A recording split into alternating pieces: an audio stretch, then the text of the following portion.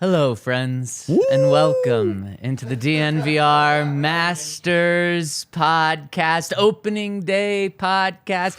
Just kidding. Welcome into the DNVR Broncos Podcast Draft Edition. We're 3 weeks out from the draft, and I am joined by Andre Dr. Dre Simone. He's not only the Dr. Dre because he spits out mad lyrics. He's not only the doctor because he's a doctor of DNVR, but he is our draft doctor that's here to drop some knowledge, give us everything we need to know about this miserable draft, since we have to wait until round 3 in order to get the picks. Yeah, a bit.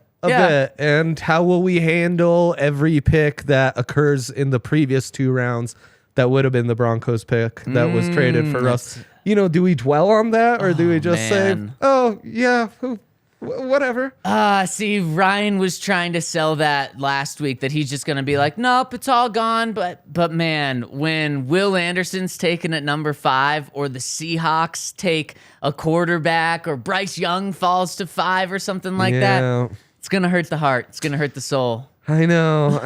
It's a toughie. It felt easier when the 9th pick went by us last year, because we were all in on Russ. Yep, there was only hope. It's like, who was it, Charles Cross? Yep. It's like a tackle or Russell Wilson, easy. Right. All day. We've been through the Charles Cross thing before. Dwelling on, should we take and Pickett there at that pick, or Malik Willis? Thank God we weren't in that situation.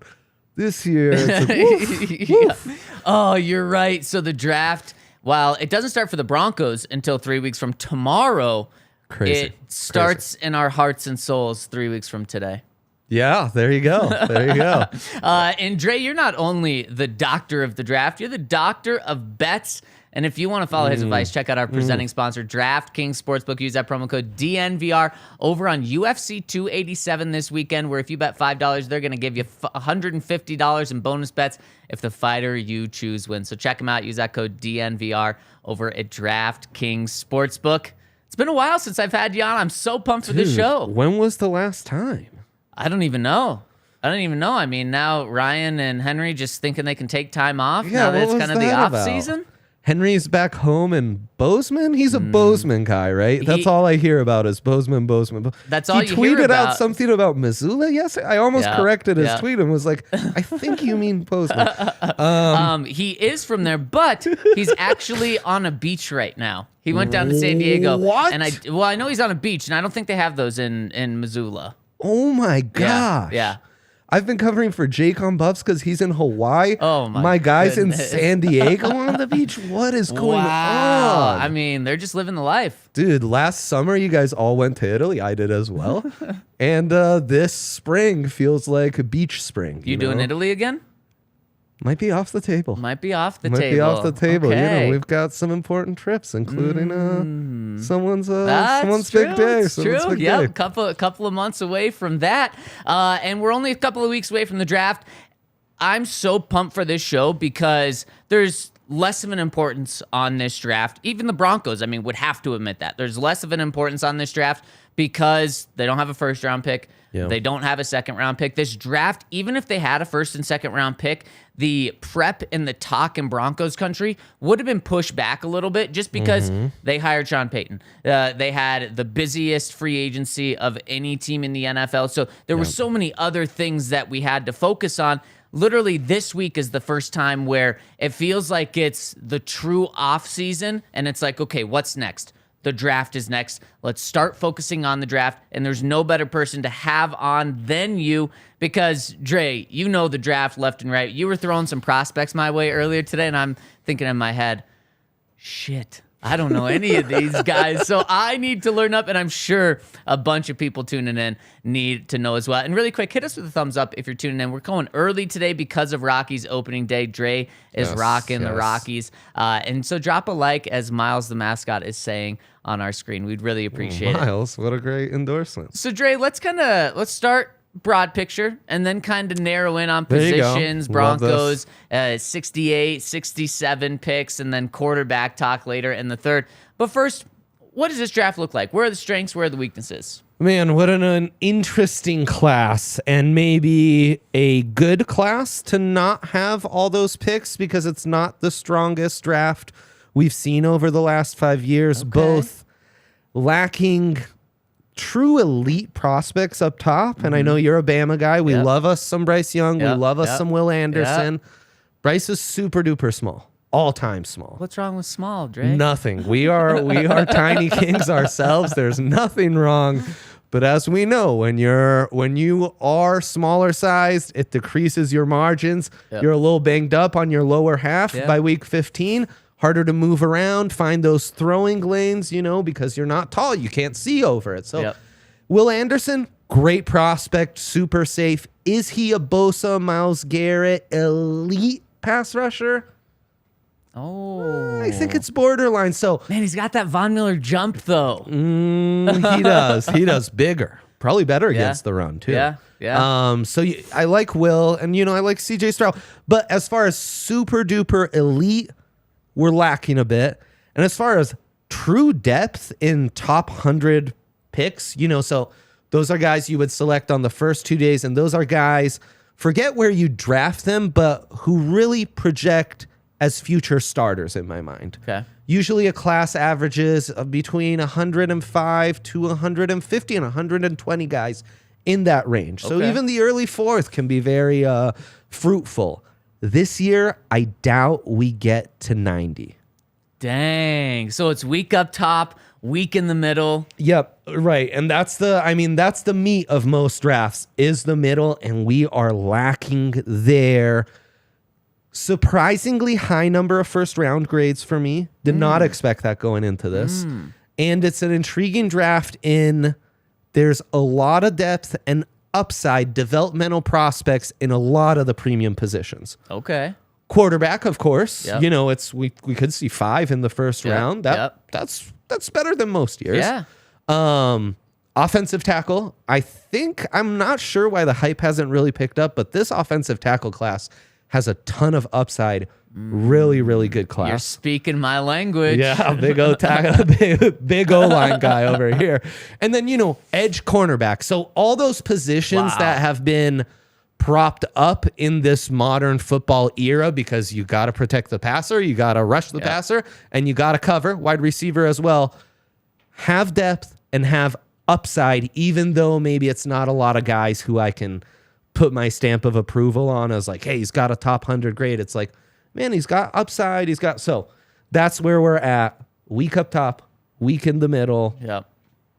But it saves itself. I wouldn't be surprised if 4 years from now we look back and we say, man, some of those high upside guys at premium positions did hit, and this turned out to be a better draft class than we maybe prognosticated going in. And those high upside guys could be in the first round, but probably more so in the middle rounds because they're high upside, more question marks. Is that right? Yeah, absolutely. So Broncos could hit on those guys. For sure. And I think it's a nice spot to be in the early 60s to see who, or mid 60s, who drops in there. My goodness. So you buy in to the wild statement that George Payton said at the Combine. He said something like, it's not verbatim, but I kid you not. He said, like, we're in the sweet spot, the sweet spot of the draft is the first 5 picks in the third round. And what a guy. I was like, oh, okay. And then a couple of minutes later, I was like, wait. The Broncos have 2 picks in the first 5 picks of the third round. These just got to be feeding me bullshit, right? I mean, but the way you're saying it, like, George is a very straight up guy, but it just sounded like ridiculous. Like, I'd rather have the two picks in the top third round than a first round pick anyways. Now, he didn't say it like that, obviously, but that's kind of how I interpret it. Was like, come on, dude, you're selling me something that's impossible to sell. But there's some truth behind it. That seems maybe a smidge too specific for my liking, but no, you're right. I do see this as like, I'm gonna rattle off some names at some point on this episode, and I think of those guys, I tried to shoot for the stars a little bit. Guys I have a second round grade on, but I think in a group of like 12 to 15 that I've got in mind, at least 5 to 6 should drop, you know, and that's value in the early 60s. Yeah. I also think with a larger number of first round grades for me than a typical year, and given Sean Payton's history, I wouldn't be surprised to see those 2 picks maybe packaged to try and move up in the early second, where one of those guys is still available. Yep. So you mentioned quarterback, cornerback, edge rusher, and tackle, especially not necessarily there's great starters, like day one starters in that, but high upside. When I look at the Broncos' needs, that fits almost perfectly. The Broncos aren't looking for a day one starter at quarterback in the draft. They're simply not.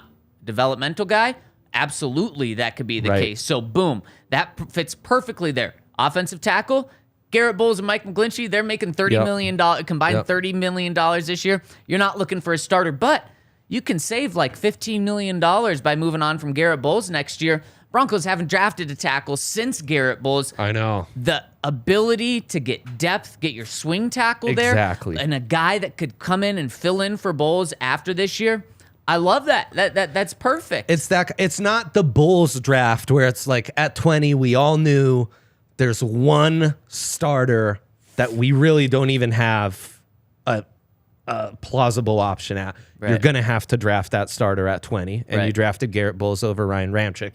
It was going to be one of those 2 guys.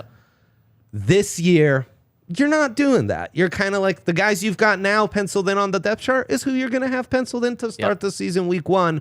But you want to add depth and competition to some of those spots where you're maybe, you know, it's a lighter pencil. Yeah. Well, and notably, Cam Fleming played very well for the Broncos last year coming in. Broncos have not re-signed him. Billy Turner, Broncos have not re-signed him. Not interested in re-signing him. Calvin Anderson, he went and signed with the New England Patriots. I mean, maybe we should be quiet on that one. But those are your 3 guys that were on your roster for depth, for starting purposes at tackle last year, and you pretty much said, "Peace out. We don't need you." So the Broncos, in terms of depth at tackle, they need a ton of. Tom Compton not here anymore. I mean, every single guy. See ya. We don't want you. And they didn't sign any notable guys in free agency outside of obviously Mike McGlinchey to be a backup swing tackle. So that's actually a very pressing need that they have going into the draft. Now, it's not really pressing because it's not a starter, but in terms of the backup, that's certainly one there. Yeah, 100%. And I mean, even like, who's your weakest starter right now? Cushenberry, Damari Mathis. Whoever takes over for Kareem Jackson at safety. You're not going to find a guy who I'm like, hey, week 1, this is an upgrade.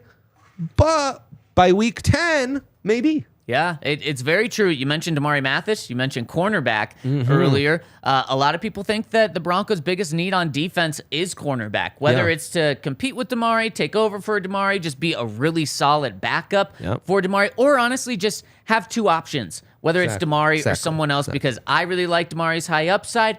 We've seen corners, especially in Denver, come in and play good as a rookie and then drop off after that. So that's one spot, and that fits in perfectly with what you said about cornerback being strong there. And then edge.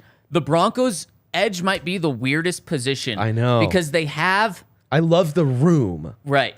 Yes. Who are my starters? It's like you wish you could give...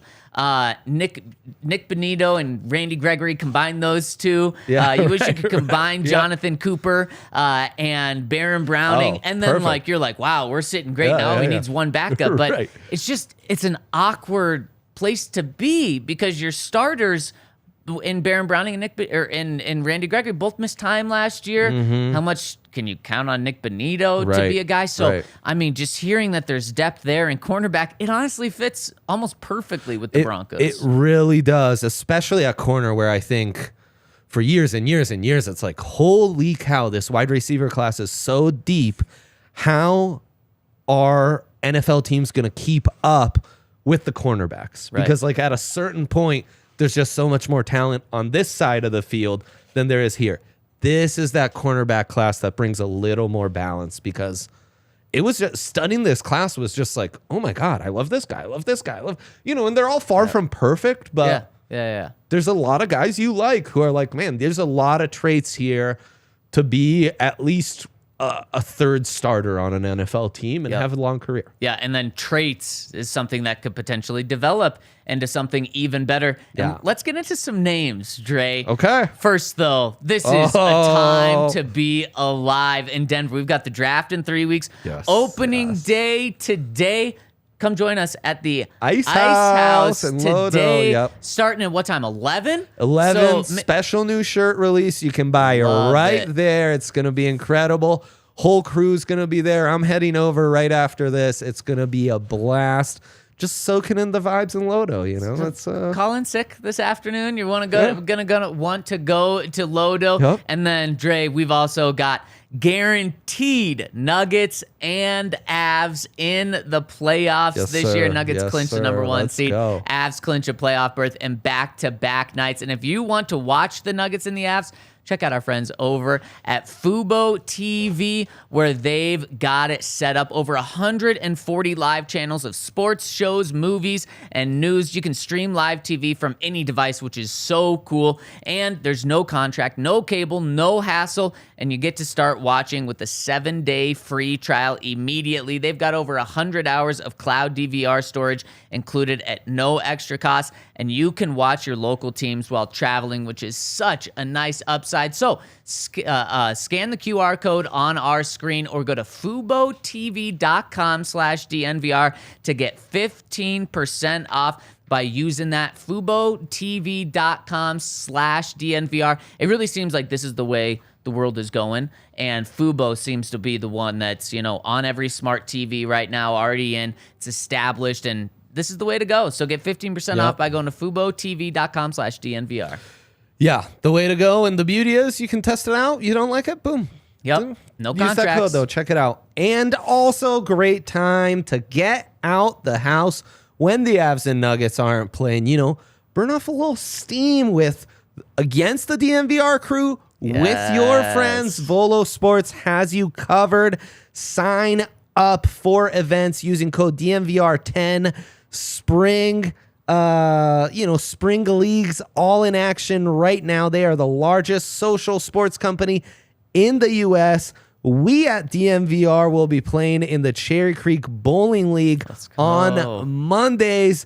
Ryan wants us to do tryouts. Yeah, he wants it to be just a top 6. And that's just because he's selfish and just wants to play. What a savage. I know, it is savage. Are you a good bowler? I would say I'm consistent. Nice. Yeah, but maybe like a consistent, probably fall like 10th in our company. Oh, wow. Yeah, not that good. Already handicapping yourself. I, over 20 years ago, once bowled a turkey, which is 3 consecutive strikes. Wow. So I will forever have that for impressive. me. Spring Leagues close April 13th. So get in. I see here kids play for free. Amazing. Boom. Spring sports include kickball, soccer, volleyball, softball, cornhole, bocce, basketball, pickleball, bowling, mini, golf, flag football, and more. What an absolute blast.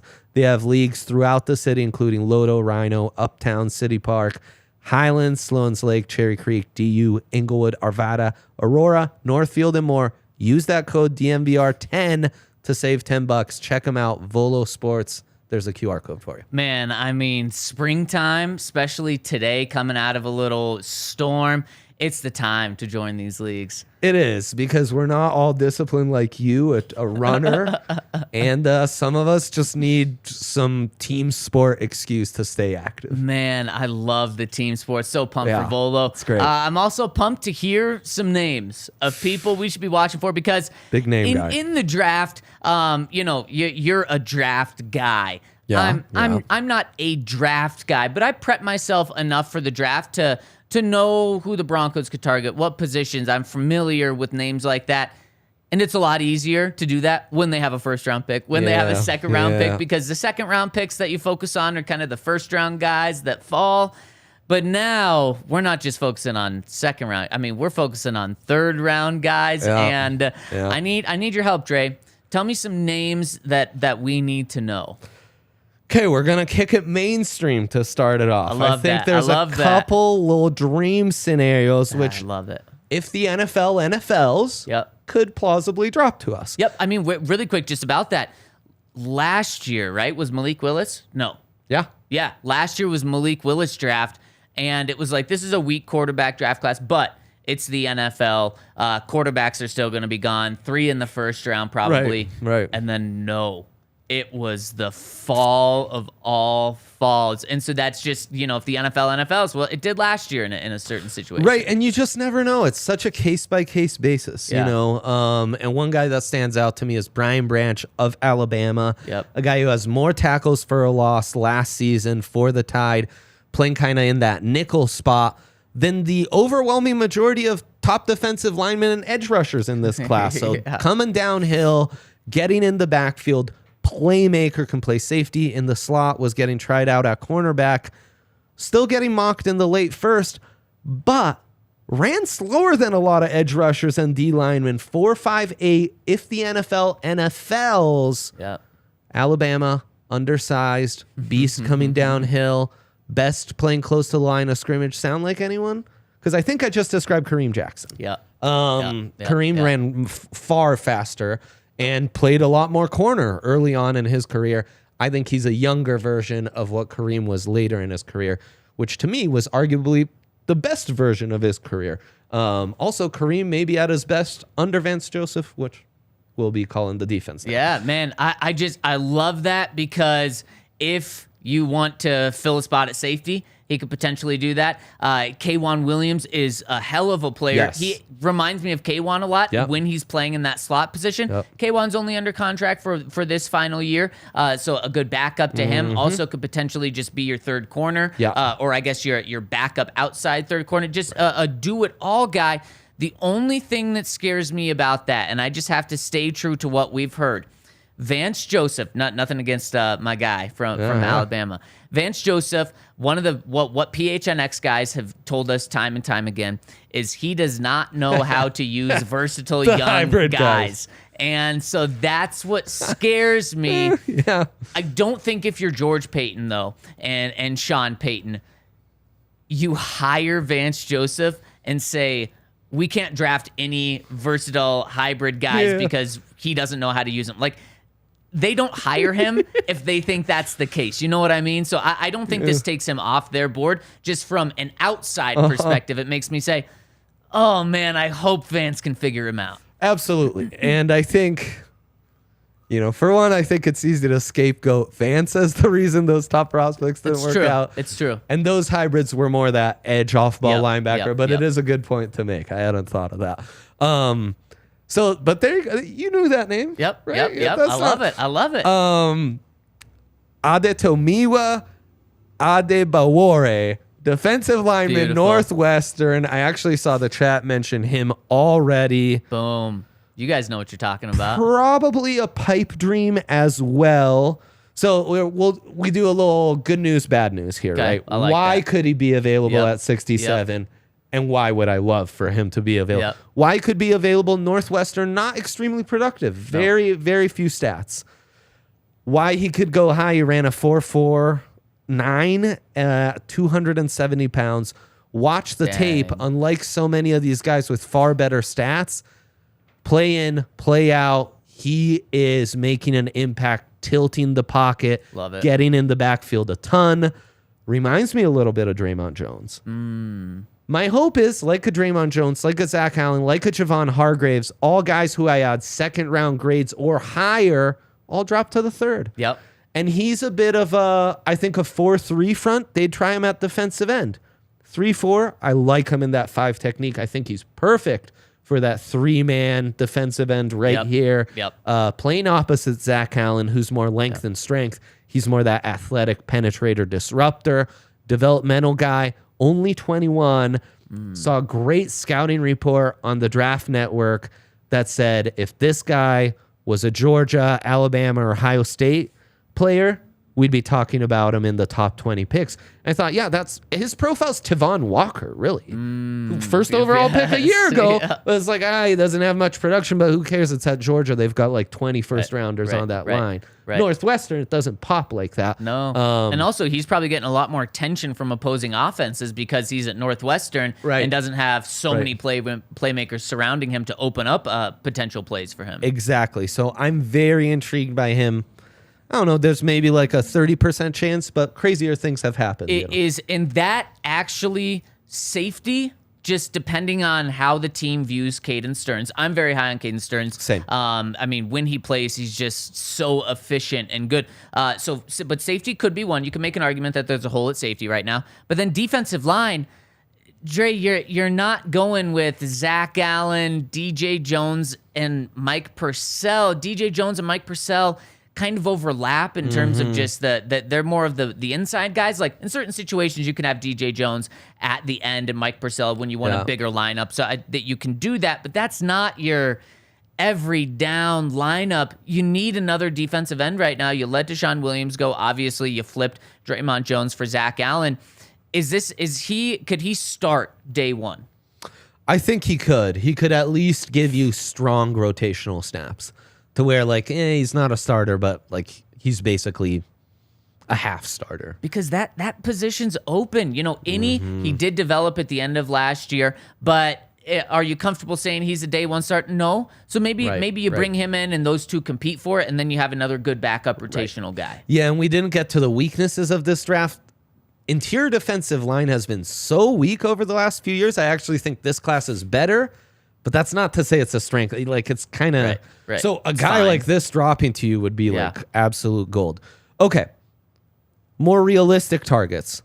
Clark Phillips III, cornerback out of Utah.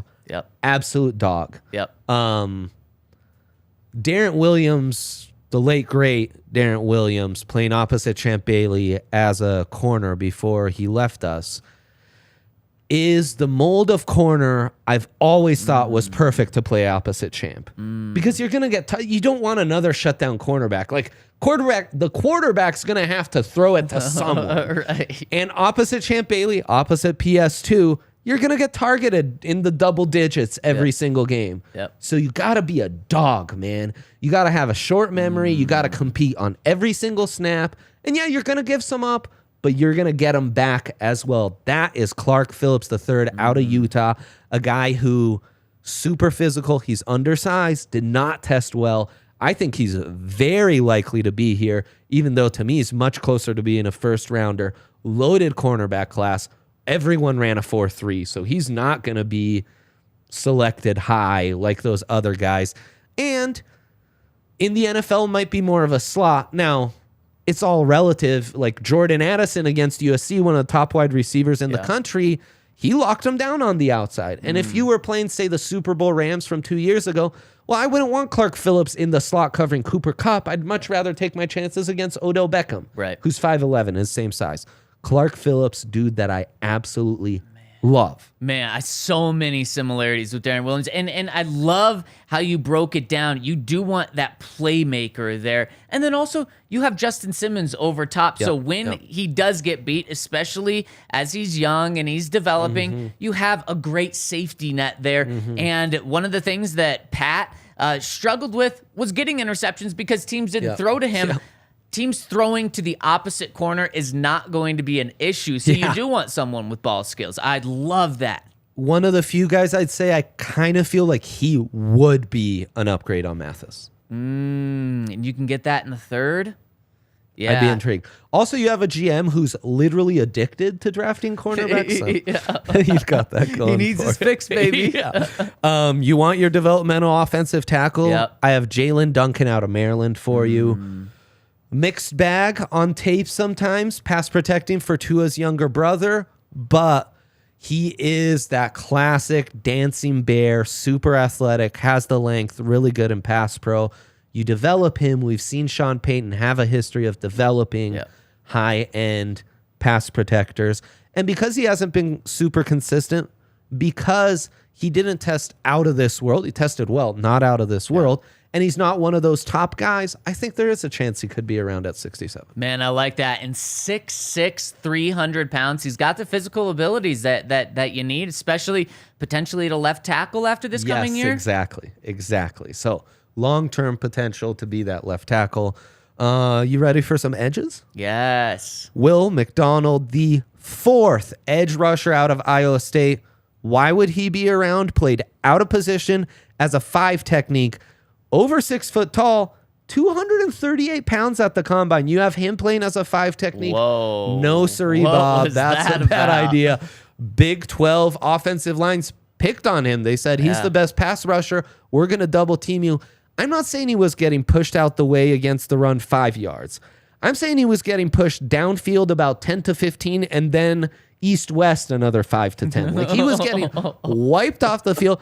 But if they lined him up wide where he needs to be, impact just about every single time. Absurd Senior Bowl. Only guy who could beat Darnell Wright, Tennessee's right tackle, who did a really good job against Will Anderson this year. Length for days. Tested really well. He's got the best edge rushers. It's like Houdini, where it's like, I blinked and it's like, how do you go from, facing the tackle to past him? And he's just got that dip and agility. His 3-cone for a guy as long as he is was absurd. Arms for days. Older, 24 years old. Okay. Loaded class. And, a guy like that might just be a good backup to Randy Gregory. He actually reminds me of Randy Gregory coming out of Nebraska quite a bit in some ways. So there you go, Will McDonald. But undersized?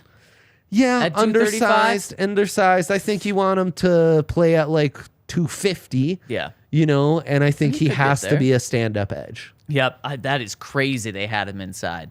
I know. Wow. That's the Big 12. You see a lot of like light 3-man fronts because they're all playing 3-3-5s because it's just, widespread offenses that you got to defend. Good luck to anyone 235 getting double teamed. Yeah, not good. Not good. No, toast. No. Yeah, lined up over tackle. Yeah, that's bad news. Yes, it is. Who else? Do we have other names? We have other names. Let's go to another name you might be familiar with. Derek Hall, an edge rusher out of Auburn. Yeah. I think not so much this past year's Iron Bowl, but the one prior where Alabama's on the ropes, about to lose. Bryce Young pulls a couple absurd drives out of his hat. But Derek Hall played very well against Evan Neal, has had a very nice career at Auburn.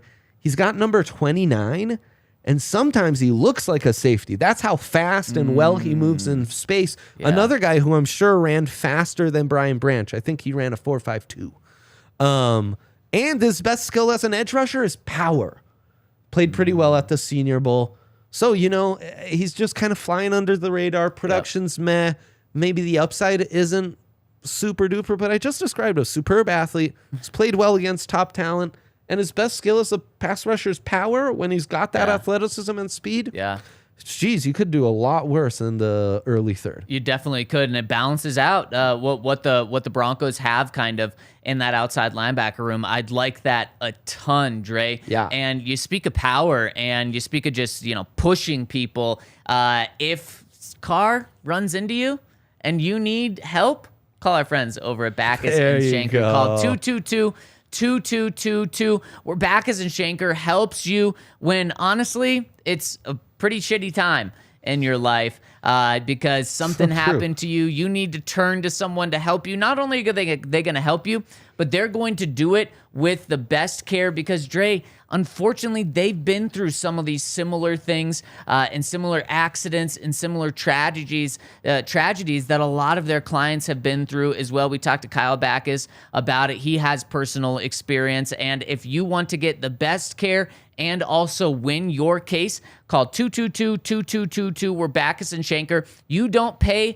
when they work on your case. You don't pay unless they win your case. You don't pay to talk to them about your case. There's no upfront fees, no fees until they win your case for you. And speaking of winning, they've won over $1 billion for their clients since they've been around. They have more than 30 lawyers, 100 people on staff. They are there for you, whether it's a car accident, motorcycle, rideshare, pedestrian, trucks. They're there to help. Even if you're injured at work, call 222-2222 to see about your case at Backus and Shanker, and you can talk about your case for free.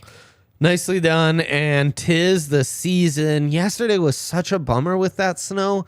Yeah. When weather like that comes through in March and April in Colorado, my brain can't comprehend that it's baseball season. It's so true. So I'm so glad it's turned around. It's baseball season. It's Shady Ray season, baby. It is Shady Ray season. I was so pissed when CHGO got this deal because they don't see the sun for like most of the very year. true. We are in beautiful, sunny Denver. We need those shady rays at all times, even when the snow is out. That glare from the snow sometimes worse than the actual sun. Very true. And right now, Shady Rays, they hook you up with world-class sunglasses. I have 4 pairs myself. Love every single one more than the other. Wow. And you get world-class sunglasses, just like your boy would have seen in all the fancy little shops in Milan, Italy, where I grew up. Only these are already at a discounted price because Shady Rays is an independent company. They're not tied to all these absurd high fashion prices, even though the product is of similar, if not better quality. And right now, using that code DNVR50, no, or just code DNVR, you get 50% off when you buy 2 shades. So you buy 2 shades for the price of 1 on an already marked down product that is of the highest quality. And Shady Rays, they stand by their stuff so much, just like I do. If you don't love Shady Rays, you can exchange them for a new pair or return them for free within 30 days. You lose them, you break them, they'll take care of you, man. Exclusively for our listeners, Shady Rays is giving out their best deal of the season. Go to shadyrays.com, use code DNVR for 50% off 2 pairs of polarized sunglasses. Try it for yourself and see why I love them so much. So there you go. Boom. I love it, Dre. Yeah. Let's throw our sunglasses on for some more prospects. Let's go. Yeah, Shady Rays like getting a first-round prospect in the 3rd round, which is what we've described thus far. It's really true. Man, I really felt you when you were talking about the need for defensive linemen. Yeah. Gervon Dexter, senior, defensive lineman, Florida, single-digit game wrecker. 280 plus pounds, runs a 4.8. Actually tested very similar to Brian Bursey, highly touted Clemson defensive tackle who likely will go in the 1st round. Dexter, however, stock is all over the place to where I think it's very realistic he'll be drafted in the 60s. And I think some people, if the Broncos drafted him, might even poo-poo the pick and say, oh, gosh, they picked on a high upside guy who was inconsistent. Boy, if you've watched Florida football over the last 20 years, aside from isolated pockets here and there, this is what they do. He reminds me a lot of Carlos Dunlap coming out of Florida. Yep. Inconsistent. He's got the measurables. He's got the talent. Can he put it all together? Boy, he had a really nice, amazing NFL career. Miami, Calais Campbell reminds me a lot of him as well. Gervon Dexter, a guy whose finesse and athleticism and power, more of a disruptor pass rusher, probably played his best football when lined up over center as a nose tackle. 0-1 technique. In some ways reminds me of a longer and more linear defensive lineman than to DJ Jones. Similar profile. He'd be an amazing guy to stick into that rotation for the Broncos. Man, I like that. And just having more disruption up front. Yeah. And as long as he's better than former Broncos pick from Florida, Jarvis Moss. Yeah, I think he'll be better than Jarvis. Poor Jarvis. Never worked out for him. No, never did. Had a buddy in college whose mom was in a bowling league with Jarvis and swore by him. Wow. So he was a great kid. This just came full circle with bowling leagues, draft prospects. I was in driver's ed when the Broncos drafted Jarvis Moss. Oh, wow. Did you almost crash? Yeah. Thank goodness I was just in Such a draft guy. I was in the classroom learning, and got the text because there was no internet updates back then on the phone. Wow, no Twitter back then. I know, no Twitter. Incredible. Who else? Let's get into some... I feel like I've only said defensive prospects. What am I doing? We need to upgrade this offense. Yes. How about 2 speedsters at wide receiver? Yep. First one, Marvin Mims, Oklahoma. Yeah. 5'11", 180, 21-year-old. Super productive at Oklahoma. 1,000 yards plus. Yeah. 2 back-to-back years over 20 yards per reception. Huge. I could have described Jackson Smith and Jigba. I could have described Jordan Addison. I could have described Josh Downs. A lot of these guys who are going to be taken very high. For some reason, Marvin Mims falling under the radar would be a perfect guy for the Broncos to put in the slot. Be some KJ Hamler insurance, KJ Hamler upgrade as that outside speedster. Like him a lot. really unclear as to why he's not getting more hype, because I think he's in that tier. But we see this, right? Like sometimes this just happens. Nathaniel Tank Dell. Tank, an ironic name because he's one of the smallest prospects in the entire class. 5'9", 155. Might have checked in a little bigger than that. At the Senior Bowl, in a pretty weak wide receiver class where we saw one-on-ones, cornerbacks do a lot better than we would see in previous years, Nathaniel Dell was unguardable. He's just loose, explosive, back-to-back 1,000+ receiving yard seasons at Houston with some really bad quarterback play. Yeah. He's just a jitterbug. He'll get open underneath anytime you want, especially if he's granted single coverage, which he will be on the Broncos receiving core. And he's got the speed to take you over the top. Honestly, 67, 68 might be a smidge rich. Yeah. But this is the NFL where guys like Elijah Moore are going for premium picks, despite not showing anything. So, gosh, maybe Tank Dell going this high would not be out of the ordinary. Biggest concern with him, 23 and a half years old already. Okay. And got to watch out for that in this class. We have some COVID eligibility guys who are older for sure. Yep. I got some 25-year-olds in this draft too. I had to squeegee my eyes this morning when you sent me his name and I saw 155. Yeah. I couldn't believe. I mean, some people are freaking out at guys being like 178 in this draft. 155. That's a guy where I could definitely see falling a little bit further than that, just because people are so scared of height, just like you were talking about Bryce Young. Yes. Not about height, but about size. But boy, that doesn't bother me, because if you get the right guy, and you need KJ Hamler insurance, and so you need a burner, whether it's him, whether it's someone else. But I just love that there's a couple of guys in this class. And it's just Sean Payton has such a track record of finding undervalued skill positions and turning them into superstars. Alvin Kamara, Jimmy Graham, Michael Thomas. Yep. And there's guys, Willie Snead, guys who are more mid players, but still came out of nowhere who he turned. Right. Tank Dell screams like, holy cow, give him to Sean Payton. He's going to do some special stuff with him. And that's what, it's such a great point about Sean, because this isn't a guy that at 155 pounds, he's going to be playing 60 snaps a game. No, Sean's going to be able to find the right places, the right times, and use him to his strengths, and not just try to make him, okay, you're an X receiver, stay there for the entire game. Let's touch on some centers, or at least competition on the interior offensive line, since we haven't touched on offense or the O-line just yet. Olusegun Oluwatimi, credit to me for saying prospects that I have a hard time pronouncing, very impressive, because I want to talk about these guys. I won't let their name or my struggles Round of applause. hinder me. If they gave out an award for most valuable offensive lineman in college football, I think the Michigan center would have won it this season. Huge in opening lanes for that Michigan running game. Screams gap scheme power. Sean Payton and what he's trying to build with Ben Powers, McGlinchey, and the rest of this offensive line. Also, have you guys talked at all about the Joe Brady, Sean Payton, Lloyd Cushenberry connection? No, haven't. Joe Brady, of course, hottest offensive coordinator in all of football when he coordinates that amazing LSU, go Tigers, Joe Burrow, Jamar Chase, Justin Jefferson, and their center, Lloyd Cushenberry, the leader of the team, the guy who was granted LSU's number 10 as like the team's leader, is Lloyd Cushenberry. Well, Joe Brady, before going to LSU, assistant under Sean Payton for several years. Right.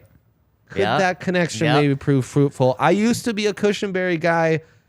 Boy, it's been a tough stretch lately. It has been, but there were reasons that you and me and other people believed in Lloyd, is because, man, he has the mentals to succeed in the NFL. Were there things he needed to improve on coming up? Yeah, sure, without a doubt. But, man, from that center position, having the mental abilities is just such a big thing. And maybe that's also a reason why Sean Payton, pretty much everyone's out in Denver on Lloyd Cushenberry, but that's why Sean Payton last week said, no, Lloyd's our starting center right now.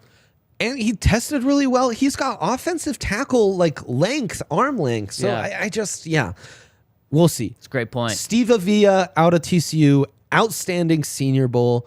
TCU's O-line, look at the college football playoffs, a lot of talent on all 4 of those O-lines. Yeah. And Steve Avila was outstanding for TCU, road grader, athletic, explosive. Those big guys who are just explosive. They've got those hips to blow you, to just pancake you and blow you off your spot.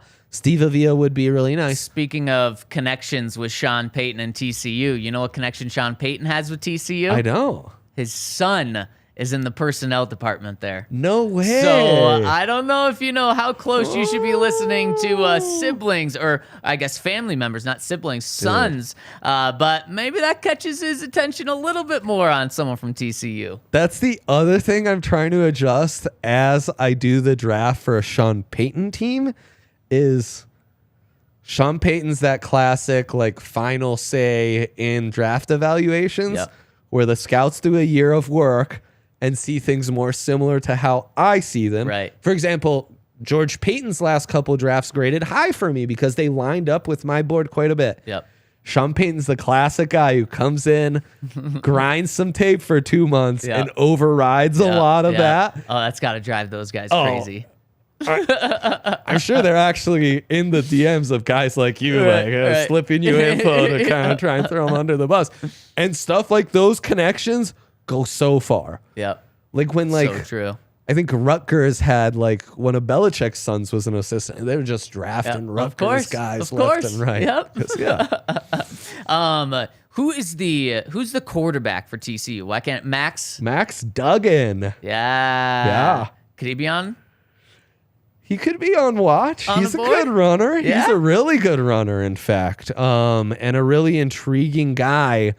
He only starts in his final year, but one of the few guys that comes off to checking off almost all of the Parcells rules quarterback list. Speaking of Sean. I don't know if you knew, but a pretty big Bill Parcells disciple. Those are senior, graduated, 2+ year start. I actually think it's a 3-year starter.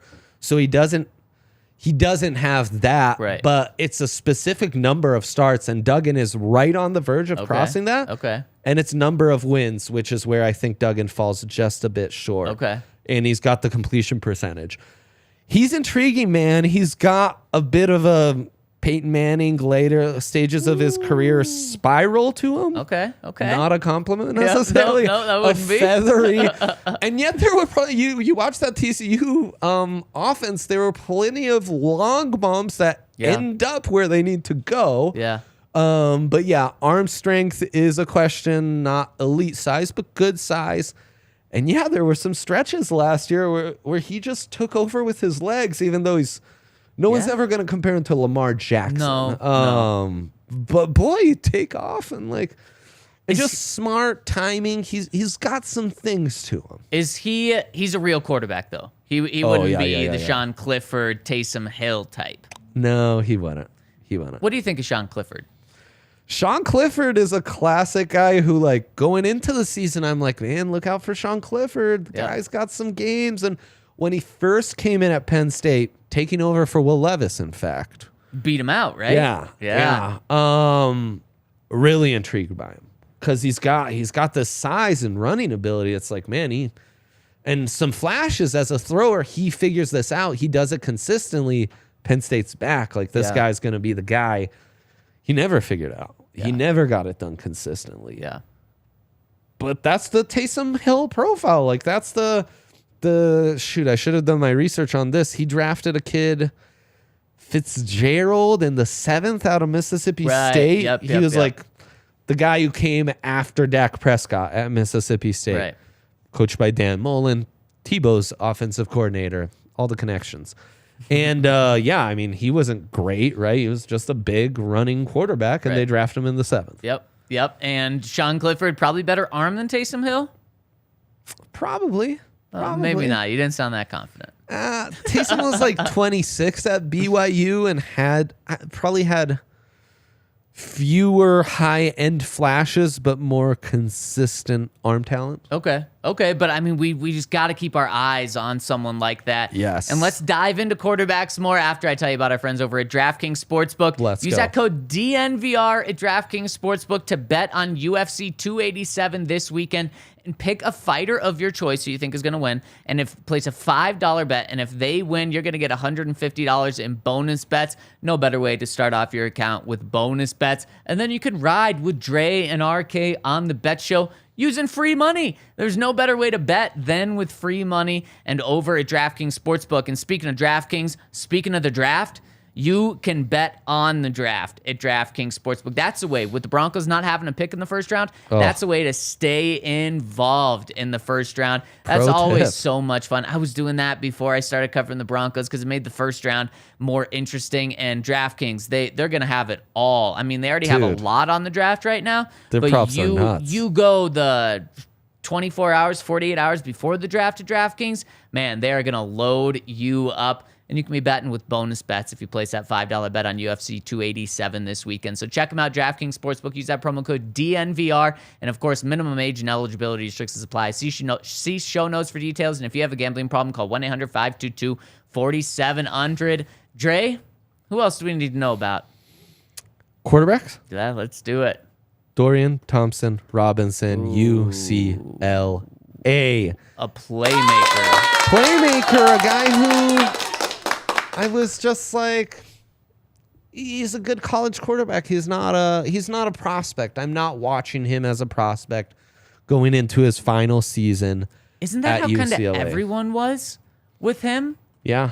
I mean, it was just like that because you tune into games, you'd hear analysis, you'd watch him, and that's exactly how it felt. But then, is it later in the season? It's like, no, he may be a mid-round pick, something like that. That arm just started to tick up, and he's making these throws on the run, and he's running really well. And UCLA was ranked for 2 years in a row and just got better and better under Chip Kelly.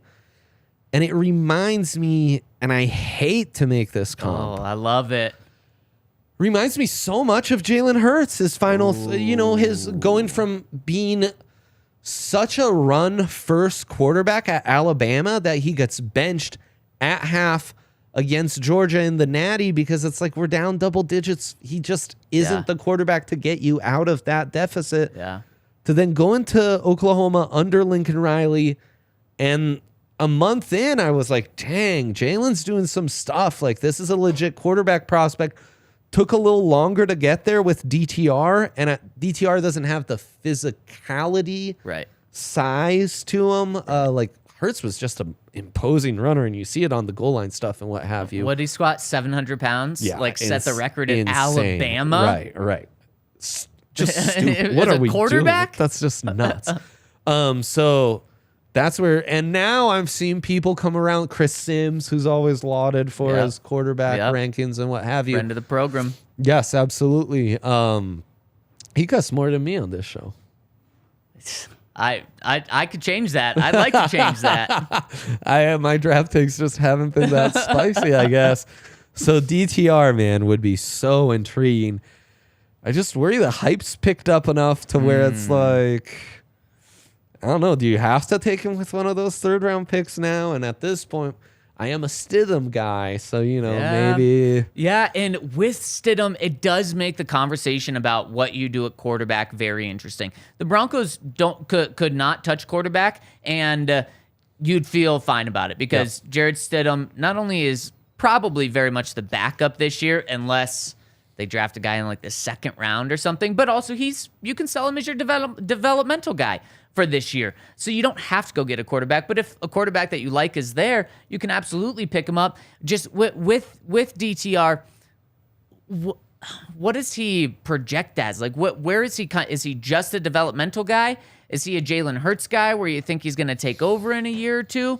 I think he's probably halfway in between those two. Yeah, that's what it kind of feels like. Yeah, I think there's that developmental upside is certainly there. We might feel like instead of final month of his rookie year to halfway through his second season, maybe you move that back a year. Right. Where it's more like second half of his sophomore season or halfway through his third year. And more of a long shot. And it's beauty's going to be in the eye of the beholder with him. Yep. And that's one of the things you love about Sean Payton is he's worked with Drew Brees, obviously had tremendous amounts of success, made a Hall of Famer. He's also oddly been seeking out these now Taysom Hill guys. He was the inventor of the Taysom Hill, and he's always kind of been I feel like the Seahawks got killed for this with Russell Wilson, understandably so. They would just, for many, many years, they would be checking in on first-round quarterbacks, doing their homework. Russ found out about it, got pissed about it, and the Seahawks did that. The Saints did that a lot, too. Even with Drew Brees, even like 5 years ago, when Drew Brees was still playing at an incredibly high level, they were still checking in on these rookies and doing their research. And so Sean knows how to scout young guys coming out of college. So similar to what Belichick and McDaniels, other side of that Parcells tree, have been doing over the years. Yeah, it's very true. They're drafting Matt Castle and Jimmy Garoppolo like and 10 Jarrett years Stidham. ago. Yes, Jarrett Stidham, and McDaniels is the guy who's, they pick up Cam Newton, and McDaniels, when he's the head coach, is drafting Tim Tebow. So they've always had this like running quarterback thing in their head too, which is crazy. I know. That is wild. Parcellian, at face value. Yeah. But, yeah. So does that stem from the Belichick tree then? I really don't know. Wow. In a way, it's where the Shanahan trees move to, and there's very true. Yep, Trey Lance. Yeah, and they're constantly seem like torn between, do we lean into the running quarterback, or do I like the Jimmy G, Matt Schaubs who can just get the job done? You know? And Kyle's just been like, well, give me both. Give me everything, including a Brock Purdy. Speaking of the 49ers, there was a report yesterday. I don't know who it came from, if it was legit at all, but they are apparently doing their research around Aaron Rodgers, just in case the Jets can't get a deal done for him. That's the move, man. Yep. The move. Or that could be, coming from the Packers side, and it's to have the Jets give them what they want and putting some pressure on them. But, I mean, when's this guy going to be traded? I really don't know. Because Lamar post-draft makes a lot of sense. It does. Especially for those teams with the top 5, top 10 pick. Yeah. Aaron, I don't know, man. Yeah. I don't know either. It's weird. Feels like him not... Like, if Rodgers by this point had truly kind of put a line in the sand that, hey, this or these 3 teams are the only teams I'm going to, and, like, I want to be there to work out by the time rookie minicamps start. Right. This would be accelerated. Yep. Yeah, you would think so, definitely. Any other quarterback names, speaking of quarterbacks? Jake Hayner's very intriguing, the Fresno State kid, undersized... Maybe more of a poor man's Drew Brees than a Taysom Hill, though I do think he's a bit more athletic. Undersized. And then if you want pure runner, Malik Cunningham out of Louisville would be, I don't know, an undrafted guy who'd be fun to see Sean cook with and give some snaps. Undersized. Sean seems to like the more the big boys. Right. So he... Lamar Jackson, more type in terms of like a smaller, fast speed guy, not like just to plow up the middle. Jalen Hurts, not built like Jalen Hurts, not built like Taysom Hill. Right. I don't think we can eliminate that type of player, though, because I think, Sean, when we talk about a Taysom Hill, there's so many different areas you can take that. You can try to be the very traditional Taysom Hill, the quarterback background, the all-around background, plus he's just bigger, going to get you the yards you need, can also play tight end, can also play fullback, can also be as a halfback. But I think you can also look at it and say he just wants someone that brings a different element than the quarterback that he has right now. So let's say he had Lamar Jackson at quarterback, maybe a Taysom Hill type is actually more so of just a pocket passer. I think he just likes to spice things up. And as we're going to see this year, whatever player you have, if you have a guy with one strength, he's going to see the field under Sean Payton, even if he's like Alberto. Alberto barely saw the field last year. That is criminal in Sean Payton's standpoint because what can Alberto do? He can get open. He can be a matchup nightmare. Can he block? No. Right. Sean's not going to ask him to block. Sean's going to ask him to do what he does well. And so that's something that we're going to see from everyone, but especially maybe that quarterback position. Yeah. Just in general, we're already seeing that making this roster bigger. Yeah. Just like big boys. This Big is time.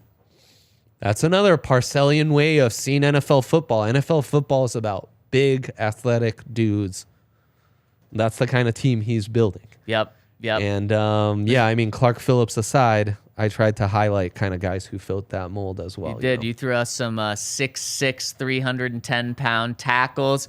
And speaking of the Broncos roster, there's nothing little about Lil Jordan Humphreys, who the Broncos signed. He's a big boy. He is a big boy. Dre, any other guys you need to throw our way, or have we done a good job getting our feet wet? Yep, we've. This is a good starter pack. For It is. This is a fantastic. Listeners. I'm gonna go back and listen to this because this is such a great starter pack. Just 3 weeks out from the draft, and before we get out of here, we've got a comment on the website that I want to hit coming in from our guy, The Count. He says, I still think that Jerry Jeudy or Cortland Sutton gets dealt and we somehow get into the second, at which point we must look at center edge cornerback at 2 or 3, but we have to take a best player available approach. Also, what's the over-under on how many mice sneak under Hank's door when he's on assignment?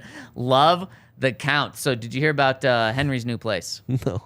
Oh, it's a nightmare, man. I didn't say that word when he was around here, but I feel bad for the kid. He was saying that a neighbor has mice problems and that his door to the outside is like a big gap underneath. So he said there were no mice when he moved in yesterday, but there may be a couple in there when he gets back. Such a simple solution, right, Zach? What is it? You and I know the solution. We are cat guys. Yeah. Oh, Henry, of course. How did I not know? Also a cat guy. Yeah. He just, he's not trustworthy. We can't trust him with the life of another cute little fluffy animal. If we could, he would be a cat guy with cats, and mice or not, those cats will take care of it. Yep, they will. In fact, at my old apartment building, it was 3 stories, had like 20 units, and no one knew that there was a little mice problem in the building until we moved in, got our second cat, and by the door in our bedroom, there was just a little open space where like the floor didn't go all the way. Yeah. And for about a week straight, one of our cats just would put his eyes right in there and just sit there for so long. We're like, what is going on here? Like, he doesn't do this. And then sure enough, one night, my then girlfriend, who's not my fiance, woke up in the middle of the night because our cat was just batting something around on the ground. Yeah. Woke up, there was a mice. 2 days later, I was doing some abs on the floor in the morning. He brought me a mouse, and we're like, okay, there's an issue here. So building got it all fixed, but that's how cats. They do it. And you never had to deal with a live mouse. No. It's gross when they bring you the cadaver, but that's how they're programmed. I feel a lot less bad when my cat does the job than when I have to do it. Of course. Because that's the circle of life there. Me, it feels a little bit wrong. Yeah, it's messed up. So there you go. The count? A second for those wide receivers? No, thank you. Oh, because... First or nothing. What about for Cortland? He's got 1,000-yard receiving okay, so you're on the same... He's big. Look, fire up the combine numbers. He jumped out of the building. It's very true. My last question for you about this to wrap this conversation up. In 20 days, so one day before the draft starts, the Broncos trade Jerry Jeudy for the 18th overall pick. Who jumps to your mind as that's the Broncos pick? The Broncos need to get that guy at 18-ish. What a well set line 18 is. Like, I don't love it, but I'm kind of about it. Yeah, I think the Broncos are taking that deal if it's offered. I don't even know who 18 is. Dude, I think I'd go corner with how things stack up. Okay. So you're getting a stud. Yeah, there might be some intrigue to find a direct replacement for Jerry, but I think offensive tackle and corner is where the value would lie. Guy like Keely Ringo out of Georgia would really jump off the page for me. Comes into the season projected as a top guy in the entire class. Has a fairly dominant season. It's not like anyone's throwing his way at Georgia. No. He's the only guy over 200 pounds, and he's over 205 to run 4.38 or faster. Ooh. And he's so big. He could play safety. He could play in some like big nickel spots where it's like he's 4.38 and runs a 2.05. We're just putting him close to the line of scrimmage. Yeah. Have fun dealing with it. Yeah. Opposite PS2. The Champ 2.0. Ball skill, size, speed. He doesn't have the oiliest hips, but whatever. He's super physical. He's going to jam you. And okay, it might take him a fraction of a second longer to turn around, but he's got that 4.38 to make up for it. So and the length and size to then get back to you and contest that. He'd be I don't it's prospect fatigue, really. Right. Because this guy should be an automatic top 10 pick. He just checks off so many. The upside's super high, the floor's super high. So I'd be all in on that. I love that. And he's coming in as your third best player in the secondary. So he doesn't have to have all the pressure on him right away. Yeah, I mean, to me, George Payton would be, and even Sean Payton would, he fits both their archetypes. And, there's a lot of offensive tackles I like, but do you trade Jerry Jeudy to draft a guy who's a developmental backup and will be starting next year? Right. I don't know. That doesn't make a ton of sense. If you were to draft an offensive tackle in the first round, then you're probably trying to trade Bowles for a second round pick. Right. And how interesting would that be if the Broncos traded Jerry Jeudy and Garrett Bowles, and they drafted Bowles' replacement in the first round with the Jerry pick, and they drafted Jerry's replacement in the second round with the Bowles pick? It honestly kind of worked out. That would be interesting. It'd be really interesting. Just don't feel like Sean Payton in this crucial year for Russell Wilson is trying to give him a rookie left tackle. I agree. Yeah, or take away potentially his most dangerous wide receiver. But I love that comment from the count, because how Sean Payton decides to operate with this receiving core, I'm going to feel a lot better about Jerry Jeudy if he's given that stamp of approval and not traded. Right. And I'll feel a little worse about him if he is traded. That's very true. It's very true. If Sean's moving on from him, then it's going to be like, okay, another guy. We'll feel, I think in the end, we'll feel a little better about it. But if he keeps him, that's such a good point. Then he has Sean's stamp of approval. And Dre, you've got my stamp of approval. Awesome pod. Love doing this with you. We're going to have you back on, whether it's just you and Anytime, me, whether man. it's you joining the rest of the guys as well, because this is going to be a tough draft to cover, and we're going to need all of your help. Thank you so much for all of the insight today. Everyone tuning in for an early pod, thank you so much. Hit us with the thumbs up on the way out. We really appreciate it. And we'll be back tomorrow. Yes, see you at Ice House today. Head down there right now. The party's just getting underway. We're headed down there too. So we will see you tomorrow back at noon on the DNVR Broncos podcast.